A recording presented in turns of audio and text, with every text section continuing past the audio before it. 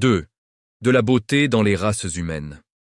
Quoique nous ayons vu plus haut que, dans une étude destinée à rechercher si les races humaines sont égales ou inégales, la beauté corporelle est un élément parfaitement négligeable, il n'est pas tout à fait inutile de jeter un regard sur ce chapitre afin de voir jusqu'à quel point on peut rationnellement dire qu'une race est plus belle qu'une autre. Dans l'appréciation des qualités purement esthétiques d'un objet ou d'un être, il y a toujours une portion d'arbitraire qui obscurcit le jugement et rive l'esprit à un parti pris d'autant plus téméraire et obstiné qu'on ne s'en aperçoit même pas. Ce fait a été si généralement observé qu'il en est sorti un adage bien connu par lequel prend ordinairement fin toute discussion sur la beauté ou la laideur. De gustibus et coloribus non disputandum. Cependant, malgré la latitude qui est ainsi laissée à chaque individu sur l'appréciation des qualités constitutives du beau, il y a dans les figures certains effets d'harmonie ou de discordance qui frappent du premier coup notre attention. Ces effets déterminent en nous un mouvement de sympathie ou de répulsion de l'âme et dénoncent spontanément le sentiment esthétique, sans même accorder à notre esprit le temps de réfléchir. Ce mouvement spontané qui est, pour ainsi dire, inhérent à la nature humaine et qui se découvre même parmi les animaux intelligents dont une longue domesticité a perfectionné le sens intime, ne semble-t-il pas poser une certaine limite à la liberté du jugement individuel, ou plutôt, ne tend-il pas à converger toutes les impressions personnelles vers un idéal commun par le déterminisme propre à notre conformation nerveuse? Je le croirais volontiers. L'éducation rationnelle, entraînant une plus grande intelligence du dessin et de la couleur, ainsi que de l'ordonnance des parties que présente leur agencement, aiguise, affine évidemment le sens du beau dont la première manifestation est absolument instinctive, mais elle ne change rien dans l'économie générale de notre organisation. Demandez à un crapaud ce que c'est que la beauté, le tochalon. Il vous répondra, dit Voltaire, que c'est sa crapaude avec 2 gros yeux ronds sortant de sa petite tête, une gueule large et plate, un ventre jaune, un dos brun. Interrogez un nègre de Guinée, le beau est pour lui une peau noire et huileuse, des yeux enfoncés, un nez épaté. Interrogez le diable, il vous dira que le beau est une paire de cornes, 4 griffes et une queue. Consultez enfin les philosophes, ils vous répondront par du galimatias. Voltaire.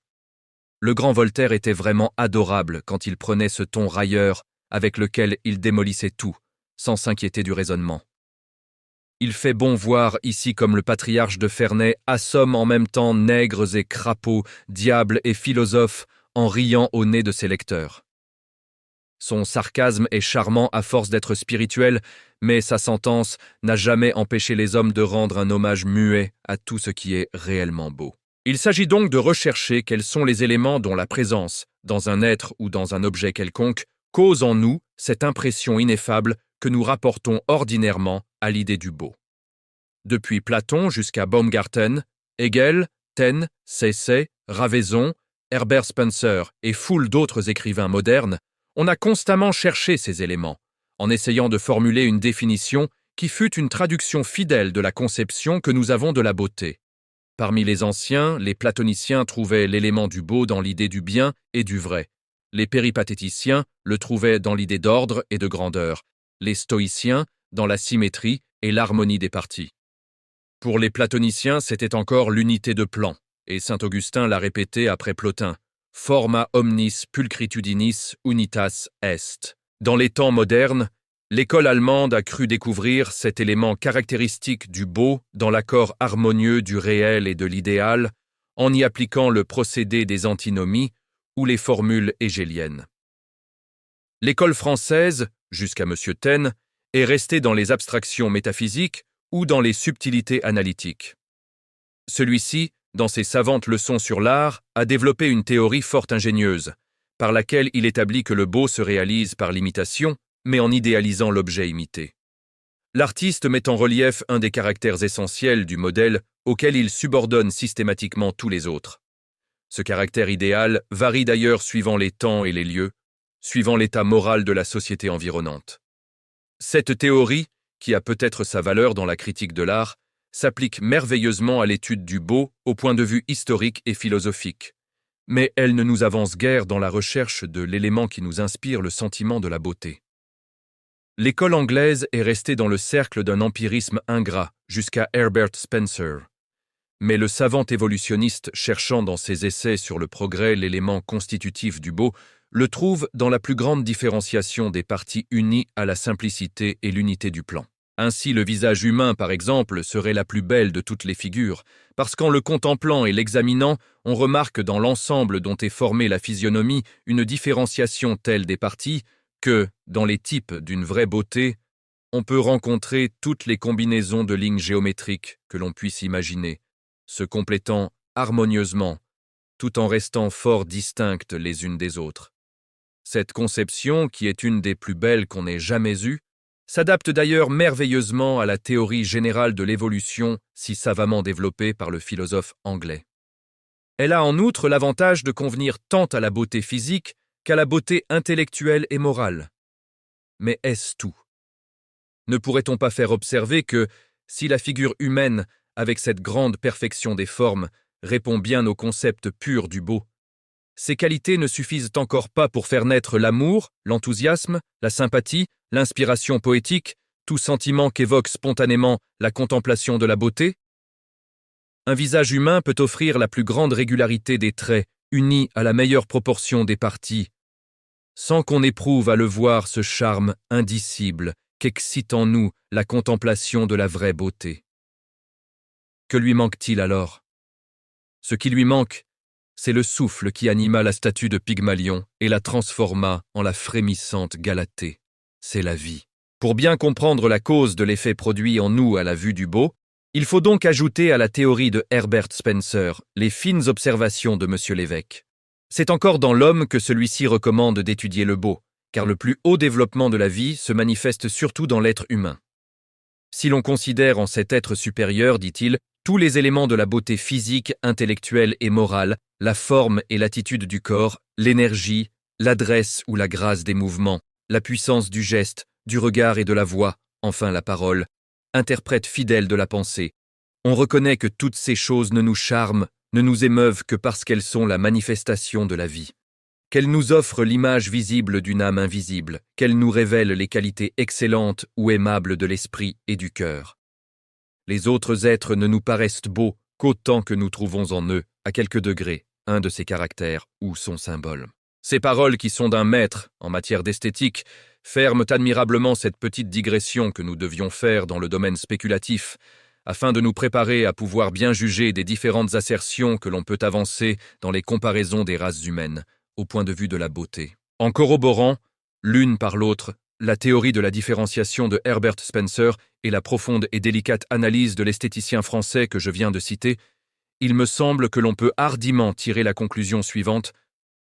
La beauté du visage humain réside dans la régularité des traits rendus distincts par la pureté et la variété des lignes, mais elle provient surtout de l'animation qui met une haute expression de la vie.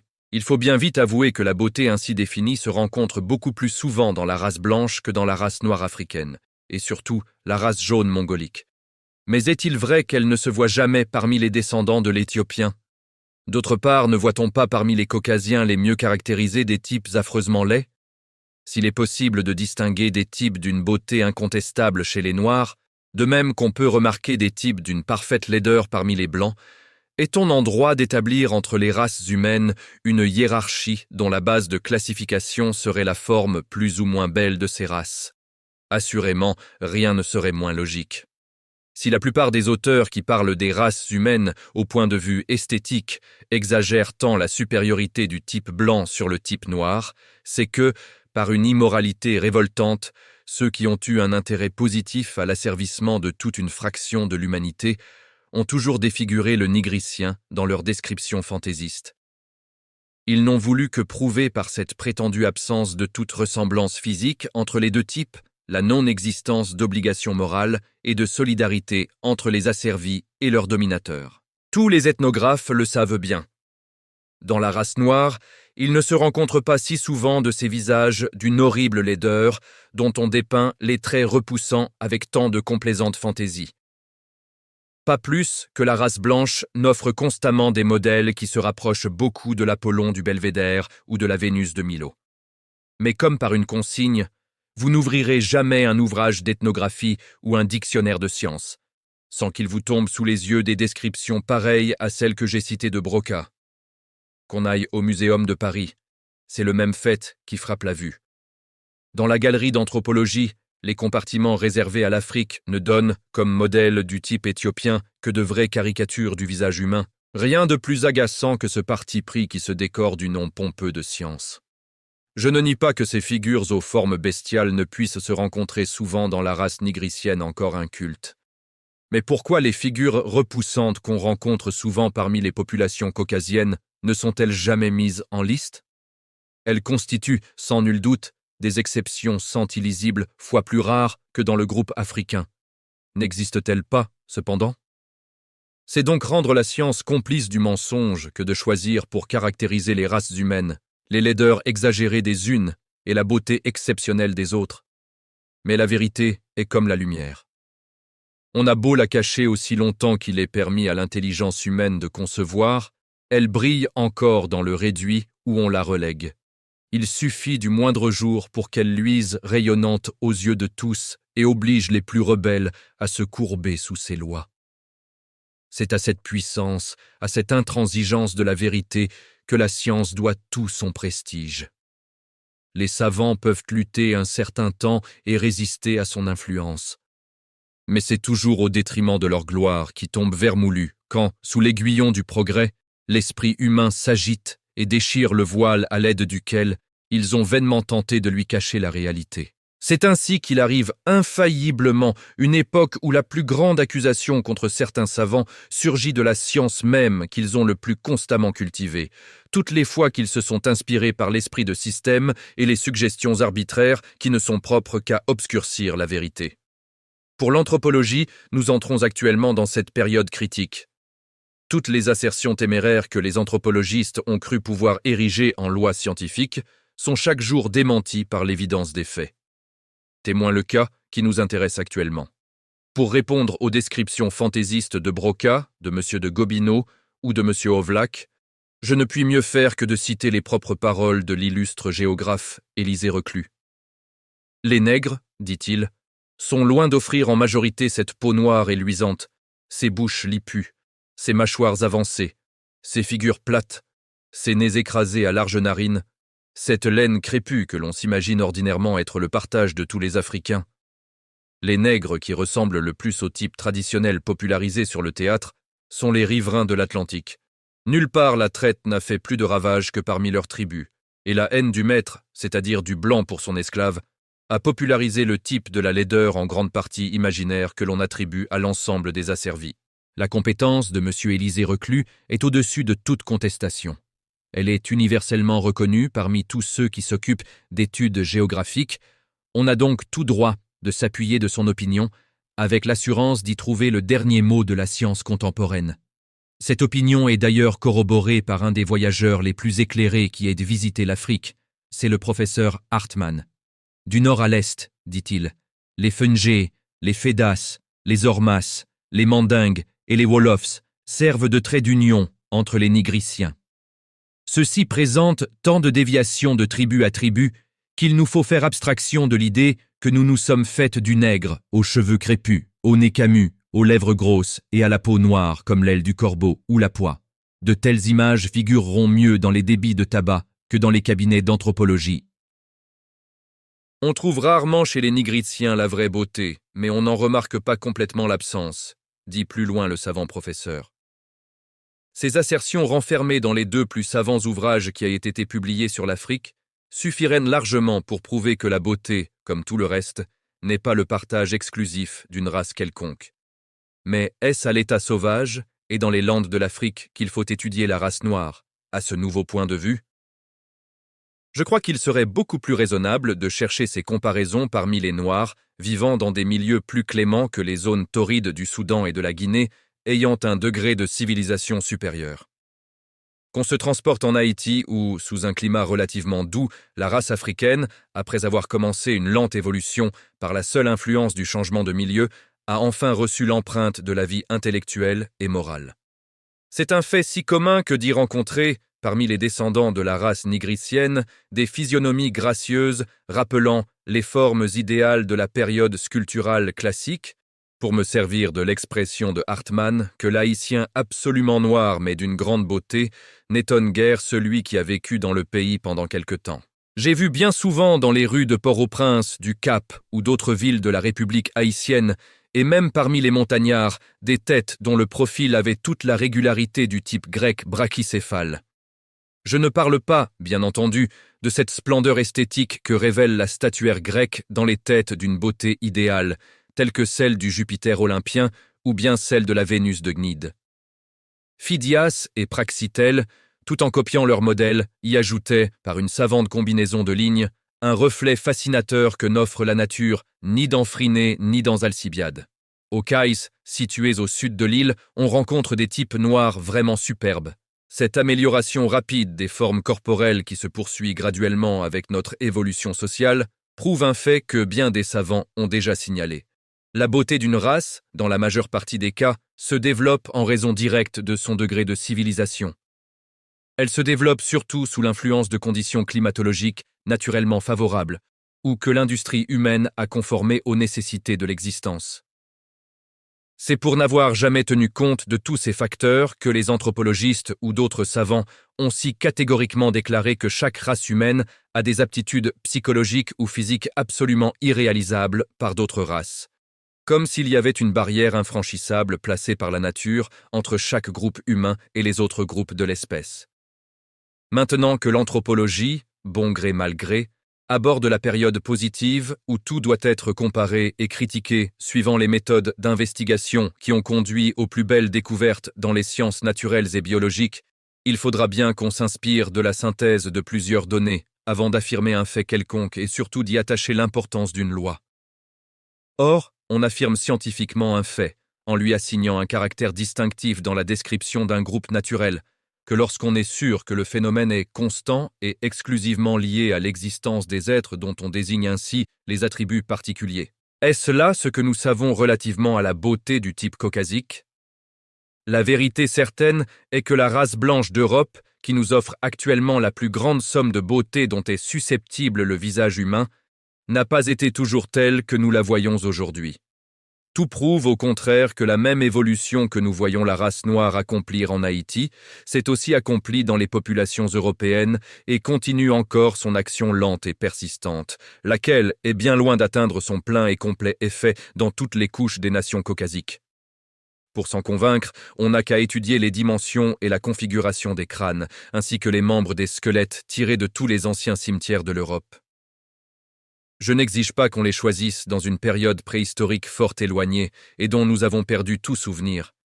Mais en remontant seulement jusqu'à l'époque des invasions des barbares d'Orient et d'Occident, Ostrogoths et Wisigoths. Prenons, pour exemple, les observations qui ont été faites dans le congrès des anthropologistes allemands au mois d'août de l'année 1876. Les crânes de Cambourg ont fourni à M. Virchow 2 exemples d'une conformation spéciale, théromorphe, comme il dit, et qui frappe au premier coup d'œil celui qui s'est occupé de l'anatomie du singe. On sait que chez l'homme, en général, l'angle pariétal, c'est-à-dire le point où le pariétal se rencontre avec l'aile du sphénoïde, adhère avec celle-ci, et que l'écaille temporale n'adhère point au point frontal. Au contraire, les singes supérieurs, nos cousins, possèdent tous à cet endroit un prolongement de l'écaille temporale qui s'étend tellement en arrière qu'elle sépare l'aile sphénoïdale de l'angle pariétal et qu'elle établit une adhérence plus ou moins grande de l'écaille temporale au frontal, si bien que les pariétaux ne peuvent plus rejoindre les os basilaires. Or, les guerriers francs, ancêtres des Allemands d'aujourd'hui, qui furent enterrés à Cambourg, nous présentent d'une façon si extraordinaire, 2 sur 8, des cas de cette particularité simienne que nul musée n'en peut montrer plus que celui de Iéna.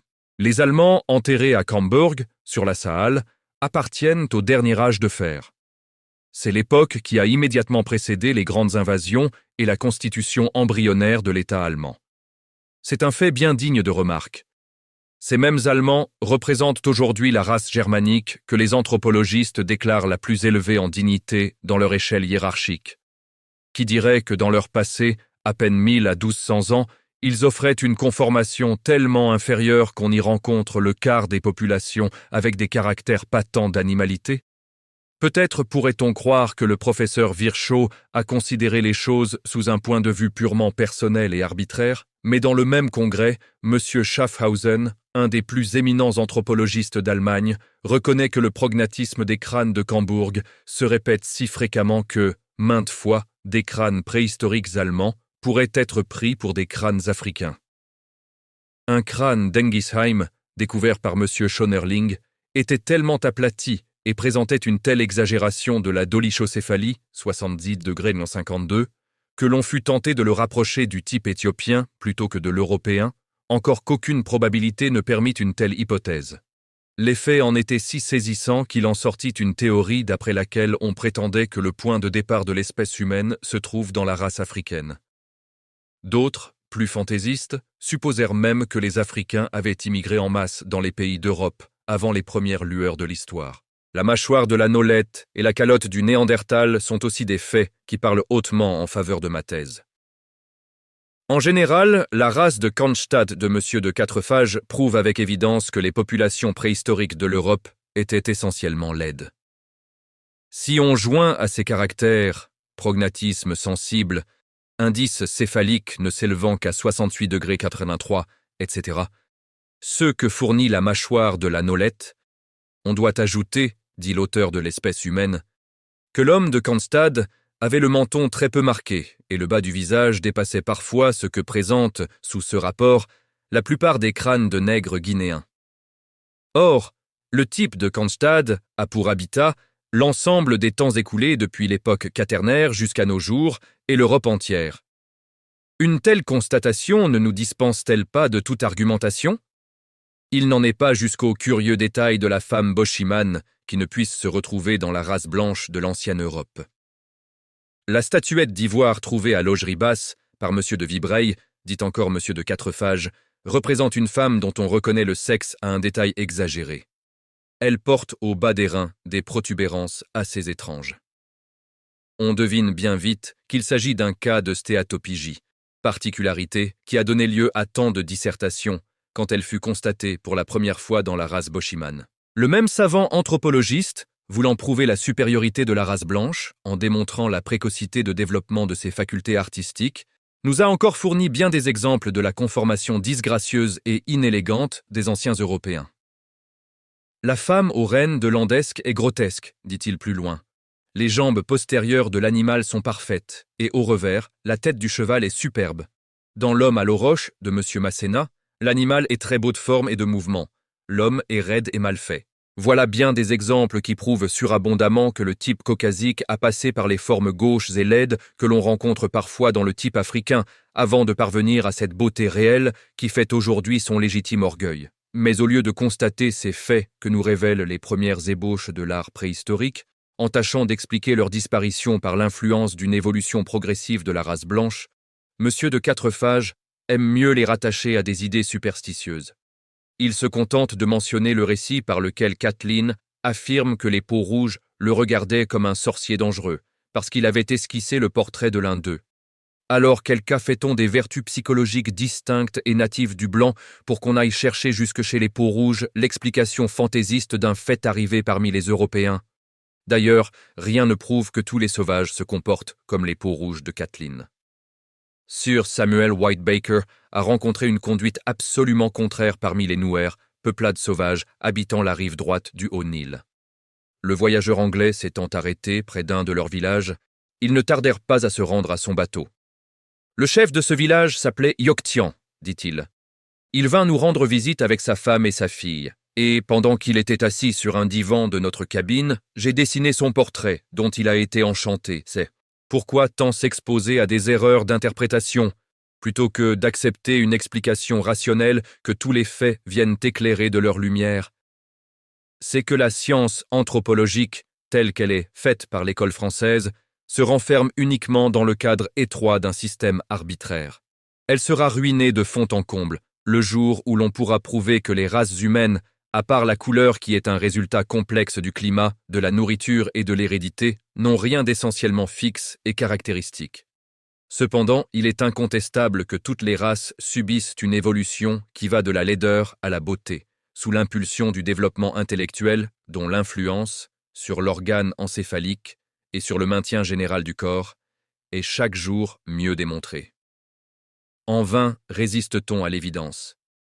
Les affirmations dogmatiques n'ont pas la moindre action sur la nature des choses et ne les feront jamais changer sans l'aide d'autres agents d'une meilleure efficacité. 1. Un homme, une tribu, une population entière peuvent, dit M. de Quatrefages, changer en quelques années d'état social, de langue, de religion, etc. Ils ne modifieront pas pour cela leur caractère physique extérieur ou anatomique. Telle était aussi l'opinion de Broca en 1858, mais les faits ont parlé avec une telle éloquence que dans les derniers temps de sa belle carrière, il dut la modifier dans une notable proportion, sans pourtant renoncer aux généralisations a priori qui constituent le fond de toutes les théories anthropologiques. L'avenir prouvera d'une manière de plus en plus éclatante que ces deux savants se sont positivement trompés dans leur affirmation. Déjà, nous avons vu quelle induction l'on peut tirer de l'étude morphologique des anciennes races de l'Europe. Nous assistons actuellement encore à cette transformation progressive où on voit se modifier graduellement leur caractère physique et leurs formes anatomiques. Il ne faut pas, en effet, se faire illusion sur la beauté générale de la race blanche, en se tenant sur les boulevards de Paris, de Berlin, de Londres ou de Vienne, où l'on voit passer si souvent les plus beaux types de l'espèce humaine. Par un jeu naturel, et qu'on doit attribuer à la coquetterie propre à chaque civilisation, ce sont toujours les plus jolies ou les plus attrayantes d'entre les femmes, ainsi que les mieux conformées d'entre les hommes qui s'exhibent avec profusion dans ces grandes artères des villes européennes, cherchant toujours à voir et surtout à être vus, quand bien même ils ne seraient pas de vrais oisifs. À mesure qu'on s'éloigne de ces lieux tant fréquentés, où il s'accomplit une certaine sélection dans la circulation publique, on ne rencontre que des types de plus en plus laids. J'en ai fait l'observation positive, en me transportant au milieu des populations de chaque quartier, pendant ces fêtes foraines que Paris offre successivement et dans les centres les plus variés, dès les premiers jours de l'automne, jusqu'à ce que les rigueurs de la saison viennent mettre obstacle aux réunions en plein air. Dans la fête de l'avenue des Gobelins, par exemple, aux jours ouvrables de la semaine, on pouvait se promener le soir, au milieu d'une population de plus de 5000 âmes, sans rencontrer une beauté vraiment caractérisée. Partout, c'étaient des visages désharmonieux, des maintiens gauches et disgracieux. C'est à ce point que, sans les mêmes baraques qu'on avait déjà vues à la fête du Lion de Belfort ou ailleurs, sans cette gentille place de l'Italie avec ses belles avenues, on ne se croirait plus au milieu d'une population parisienne. Qu'on ne pense pas que j'ai vu les choses en homme noir, ne reconnaissant la beauté que sous une noire enveloppe. Je suis tout prêt à rendre hommage aux Vénus de la grande capitale, adorables et troublantes dans leur beauté exquise. Aucune femme de la terre ne possède autant qu'elle ce chic inimitable et cet art délicat de l'ajustement qui mettent tout leur être en relief. Mais il n'y a pas que des Vénus à Paris. Monsieur Charles Rochet, statuaire de talent dont la compétence est indiscutable en la matière et dont l'impartialité est hors de tout soupçon, a rencontré aussi ces types dont l'existence prouve que la beauté n'est pas un fait général dans la race blanche. Prenons par exemple une femme bien laide. J'en ai rencontré dans Paris même, dit-il. Nous faisons de l'histoire naturelle, et faisant de l'histoire naturelle avec l'homme, les observations sont assez difficiles. On ne peut avoir que celles qu'on a faites par hasard. On pourrait ajouter que ces rencontres de femmes laides dans Paris se vérifient si souvent que rien n'est plus facile à faire que l'observation dont parle le savant artiste. Mais que l'on quitte les capitales et qu'on pénètre dans les petits centres intérieurs. Le décor change à vue d'œil. La beauté des types disparaît de plus en plus. On les rencontre encore, çà et là, avec une rare perfection. Vrais bijoux destinés à faire l'orgueil et la passion de ces mêmes boulevards qui les attirent comme un aimant, pour en faire leur bouquet de séduisantes fleurs. Mais ces rares oiseaux émigrent bien vite des campagnes et vont chercher ailleurs l'atmosphère propre à leur rayonnement. Je sais que pour prouver que la beauté du type blanc est indépendante de son état de civilisation élevé, on mentionnera la beauté des races encore mal polissées, telles que les populations des principautés danubiennes et des confins de l'Europe sud-orientale, dont on a longtemps parlé avec tant d'enthousiasme. L'existence de très beaux types, répandus en profusion dans ces milieux où la culture intellectuelle et sociale n'a guère été développée, serait, sans nul doute, en contradiction formelle avec la théorie que je soutiens ici. Mais à mesure que l'on connaît mieux ces populations, on tente à revenir sur cette réputation exagérée que la fantaisie des ethnographes leur avait seule créée. L'erreur est provenue, en grande partie, de l'illusion causée par la fréquence des beautés qui peuplent les harems, réunions de géorgiennes, de circassiennes, d'albanaises ou de rouméliot aux formes nonchalamment gracieuses, aux profils mignardement découpés. Cependant, là encore, c'est la répétition du même phénomène que l'on constate sur les boulevards. C'est le résultat d'une sélection artificielle. Toutes les esclaves géorgiennes, albanaises ou circassiennes ne sont pas également belles. Ce sont les fleurs du panier qu'on choisit pour les plaisirs des sultans ou des pachas. Le reste va s'abrutir dans les rudes travaux de la main, et on ne sait plus à quelle race elles appartiennent. Maintenant que ces petits peuples ont des communications plus fréquentes avec le reste de l'Europe, on voit bien que parmi eux, la beauté sculpturale classique est plutôt l'exception que la règle. La même remarque peut être faite sur la nation grecque, si bien réputée pour la beauté de ses formes ethniques. Aujourd'hui que l'histoire est franchement entrée dans sa période de maturité, sous l'impulsion d'une critique éclairée et impartiale, on sait, à n'en plus douter, que tous les Grecs étaient loin d'avoir ce grand développement intellectuel qui brille dans Platon, Périclès et toute la belle pléiade d'hommes immortels qui ont illustré l'archipel hellénique, de la fin du VIe siècle jusqu'au commencement du IIIe siècle avant l'ère chrétienne. Les études anthropologiques ont constaté un fait curieux qui corrobore en ce sens et admirablement ma théorie. La majeure partie des plus anciens Grecs offrait l'aspect d'une race absolument dolicocéphale. Homère nous le prouverait tout seul dans l'image difforme et laide qu'il trace de Thersites. Mais, sans aller si loin, Ésope et Socrate nous fournissent une preuve évidente de la laideur de la race grecque primitive dont ils étaient sûrement la reproduction atavique. La laideur d'Ésope est proverbiale. Quant à Socrate, Xénophon, son disciple bien-aimé, a eu soin de faire savoir à la postérité qu'il avait les narines ouvertes, relevées et le nez camus. La coïncidence du plus haut développement intellectuel et moral que l'on puisse imaginer, eu égard à la différence des époques et cette irrégularité des traits du visage si accusés dans Ésope et Socrate, n'a rien qui doive étonner, quand on connaît avec quelle bizarrerie se produisent ces faits d'atavisme que la science n'a commencé à étudier que depuis fort peu de temps. Chose curieuse, l'homme des temps modernes, qui avait le plus de ressemblance morale avec Socrate, en tenant toujours compte des temps, l'illustre et savant français que M. Pasteur a si heureusement caractérisé en l'appelant un saint laïque, tout comme on pourrait appeler Socrate un saint païen. L'éminent Littré offrait le même phénomène, de traits peu gracieux unis à la plus belle organisation intellectuelle et morale. De tels signes peuvent-ils nous tromper? Devons-nous fermer les yeux à la vérité pour suivre aveuglément les systèmes qui la contredisent? Jamais! Il faudra, malgré tout, proclamer la vérité.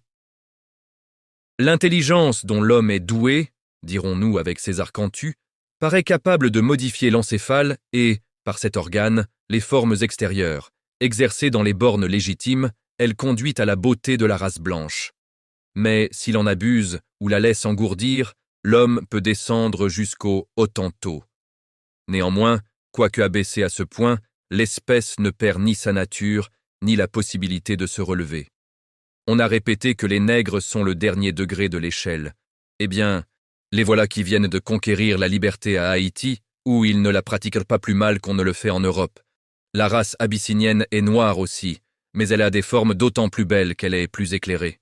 Quand on rencontre de telles idées et qu'on se rappelle l'époque où elles furent émises pour la première fois, on est obligé d'admirer la spontanéité de l'esprit humain si vif et si pénétrant, toutes les fois que la passion ne l'aveugle pas. Cette corrélation du développement intellectuel et moral avec l'épanouissement de la beauté physique des races humaines sera, avant longtemps, une des plus belles lois que la biologie anthropologique aura à enregistrer dans ses principes. Elle s'explique scientifiquement par les théories de l'évolution et de la sélection sexuelle qui n'ont été formulées que par Herbert Spencer et Darwin. Pourtant, comme par une divination instinctive, l'intelligence des hommes s'en était vaguement pénétrée, bien avant qu'on pût en donner les raisons scientifiques. Il y a longtemps, en effet, que l'idée s'en est produite sous la forme d'un adage que tous les physiologistes ont dû trouver souverainement baroque, corpus cordis opus. Le secret est donc trouvé. Toutes les fois qu'on voudra transformer le physique d'une race d'hommes dont l'aspect repoussant et laid est un signe certain de sauvagerie ou de dépravation morale, on n'a qu'à cultiver son intellect, cultiver son cœur, en y faisant germer lentement, mais constamment, les nobles sentiments de générosité, d'enthousiasme et de dévouement héroïque, l'amour du travail, l'ambition de la science, et surtout, par-dessus tout, l'amour de la liberté, qui est en nous le plus vif foyer de la vie, enfantant la dignité, le besoin d'initiative individuelle, toutes choses sans lesquelles il ne saurait y avoir d'évolution, de progrès, d'amélioration d'aucune sorte.